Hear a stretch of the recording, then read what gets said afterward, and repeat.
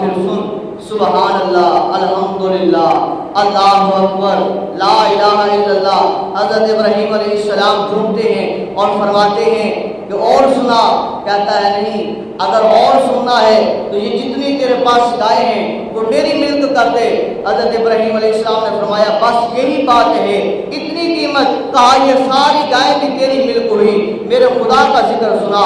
پھر وہی کلمات دہراتا ہے، سبحان اللہ، الحمدللہ، لا الہ الا اللہ، اللہ اکبر، فرشتہ تھا انسانی شکل میں۔ تو اللہ تبارک و تعالیٰ نے زبان میں تاثیر رکھی تھی، چاشنی رکھی تھی، پیار، محبت، الفت رکھا تھا۔ اور آگے سننے والے بھی کوئی عام انسان نہیں ہے، بلکہ ابراہیم خلیل اللہ ہیں، جن کی سماعتوں میں اللہ تبارک و تعالیٰ نے اس قدر جو ہے لذت رکھی ہے کہ آپ سنتے ہیں اور فرماتے ہیں اور سنا۔ کہا یہ ساری گائے بھی تیری ہوگی، اور سنا۔ کہا اگر اور سننا چاہتے ہو